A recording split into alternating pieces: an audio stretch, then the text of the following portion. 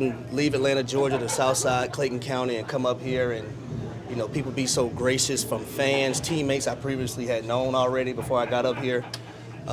Just the people, the facilities, everything felt so welcoming to me, and that's one of the main reasons why I chose University of Louisville. And I'll say some of my fondest memories, I have 3 to be exact, and they all came from 2006. So number one, that's one of them. But September 16th, that's my birthday, and me and my wife, who's back there. And thank you, honey, for coming. So September 16th, we played Miami here, and we got to beat them, and that was huge because I grew up. My mom's from Miami. I always wanted to play against the University of Miami, so being able to do that and share that special moment on my birthday, and then the fans storming the field, it was a surreal moment, unbelievable. Number 2, November 2nd, Thursday Night Football blackout. Number 5, Louisville versus number 3, West Virginia. Coming into that game and understanding, the class of 2003 that I was with, me, Michael Bush, William Gay, and there was many, many other people, setting the tone and not wanting to just be a part but make a difference in the organization and the program. And I think a lot of us that came into that 2003 class, we did that. And, when you were able to be the top 5 team at home and then you have that, significant blackout game, you go back home to your room and you say to yourself, this is why I came to the University of Louisville. And it's all about, leaving a legacy and setting a precedent, for the time that you're there. And the last one was the Orange Bowl, first BCS game in Louisville history. Being able to go down there in Miami, have some fun, but also work hard and practice. But to come out of that game victorious, and it was just one of those moments, holding those oranges in my hand up on that stage that I knew I would never forget it. And I'll say on top of that, from coaches that I had, people that work in the program as well. Rocco's one of my favorite people. Miss Robin, Miss Denise. Really? Yes. I'm honest with y'all. Listen, man, Rocco means so much to me because whenever I call him, he's always there for me. Whenever he calls me, I'm always be there for him, no matter what the circumstances are. And I think that's a part of the family atmosphere that I was so appreciative of when I was here at the University of Louisville. So staff as well, coaches, teammates. Me and Michael Bush, I was doing my national ESPN radio show yesterday, Freddie and Harry, and they like to play games with me, right? And they'll call some of my former teammates, and they have to disguise their voices, and I have to guess who they are. I only can ask a certain amount of questions, and, for Mike to call in, and I guess it was him after 2 questions. I guess it was Mike, so that was a pretty cool moment as well, but he was my roommate, after my first year, and me and him coming in 2003 together to be able to share so many pivotal moments in our careers, but also, growing up and becoming men together. So that was pretty cool for me. And I would also say Paul Petrino, man, that guy right there. And Paul was actually listening to the radio show yesterday. He listens a lot, but I talked to Paul a lot throughout the year. And he was someone that always taught me to never be satisfied. Didn't matter if I had a great game. Can I follow it up? Can I do it the following week? But the way he was with his wife, with his family, and I had great examples at home with my mom and my dad, but to be able to have that as well while you're away from home and you're at your school, playing football, political science. And then lastly, I would say my professors.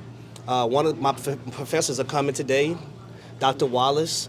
But my poli-sci crew, a lot of people thought my major was communications. Hell no. My major was not communications. Nothing wrong with communications, but I was a poli-sci major. I always took pride in education. That's the way my mom and dad was growing up as well. And I graciously thank them for providing me with balance, structure, and discipline growing up. Because all those principles and all those lessons that they taught me as a kid, I use it in everyday life to this day. So very thankful for all those moments. One more question, I'll let everybody else ask a question. Are you sure? What was Bobby? You're stingy. Yeah, I am. You're hogging the questions. I only get to ask and talk to you once a It's year. okay, I'm just messing with you. What was it like to play for Bobby? Unbelievable. When Coach Petrino came to my house, everything that he told my mom and my father that he was going to do, he did when it came to me. I was a little guy, man. I was about 5'8", 125 pounds. I was on the X list. I used to have to eat with my strength coaches till they told me to stop. But just, the lessons, the teachings to always be yourself, but at the same time, just never be satisfied. And everything that I did, do it with the best of my abilities, whether it was taking the trash out, doing the dishes, coming to practice working hard, school. Those are some of the things that, Coach Petrino, Bobby, and his brother Paul taught me growing up here at the University of Louisville, and those things I would never forget. Hard work. When I got to the NFL, and my teammates seen that I did everything full-fledged and full speed, they were like, Rook, you got to calm down. And I was like, I don't know what calm down means. Like, all I know is, like, go 100% in everything that you do. So I appreciate Bobby, and I also appreciate, Paul. Tom Jers was the AD when I was here. And a lot of people don't realize this. I committed to John L. Smith. And when John L. Smith left and went to Michigan State, Tom Jers came to me and he told me to trust him, that he was going to make it right. He was going to do everything in his ability to make sure the right coach came in here. And I trusted him. He didn't let me down. So to be able to have all those people structured in my life and, everything that they told me, they told the truth. They kept it real. I like realists. I don't like people that's going to fake the funk. Whenever you can keep it real in all aspects of life, you're good with me. What's this day and this honor mean to you? Everything and more.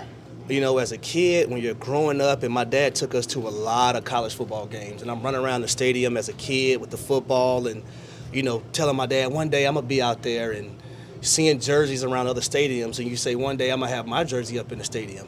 So when a dream has the ability to become a reality, that's when it really hits you hard. Like when I first got the call, I was emotional, I really was, because, I felt like this was the last thing at this university to be able to get set in stone was having your jersey around the stadium, and now we're here. And I talked to my kids and my wife and family members, and my brother, he's my best friend. He played in the NBA for 9 years, and he's overseas played at Florida State. But we talk about legacy all the time.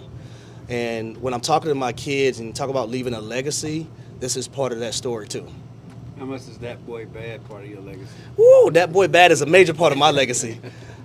I got to watch some film today and see who's going to make it on next Thursday's Get Up show. How much fun are you having doing that, and being on ESPN and doing all that stuff? Well, it's I'll tell you the fun part.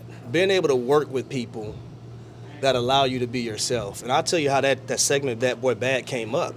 Me, Mike Greenberg, and the host that was on the show today, producers, we were in the meeting room. And we had talked about Patrick Mahomes the day before. And he was in practice, and he did something else that was just crazy. And I just blurted out in the meeting, damn, that boy bad. And Greeny was like, that's it. And that's how the segment came about. So extremely thankful. And I have some of the best bosses in the world because they understand that I always want to get better, right? So, after a show, hey, add me to the reports after. I want to know what I did right, what I did wrong, how can I correct, how can I be the best. And that's just the athlete in me. Always trying to get better and try to be better, but I never want to let my teammates down, not just on the football field, but in my family, my wife, my kids, my mom, my dad, my coworkers. You never want to let those people down. And you always want to put forth your best foot to make sure that they're okay because you're doing your job. You've obviously kept up with Louisville, I'm sure, over the years. I mean, what do you think now of the job that Jeff Brom has done, and what do you kind of see for them this year? So I will say this. Number one, I'm glad Josh Hurd, number one, is the athletic director. And number two, I think the best thing that he did was hire Jeff Brom as football coach, because there's something to be said for someone who, number one, is from this city, number two, played in this program and previously coached here. Because there's no questions about if that coach understands what Louisville means, not just as a program, but also as a city. Jeff Brom embodies every single thing that I just mentioned.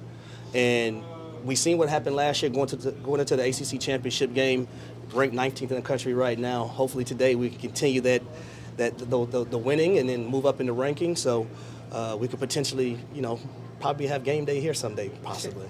How has the University of Louisville helped prepare you to be the husband and father you are today? I would say just from like coaches and my mom and dad, number one, first of all, but, professors and everyone just tell you to strive to be your best. Don't take the easy way out.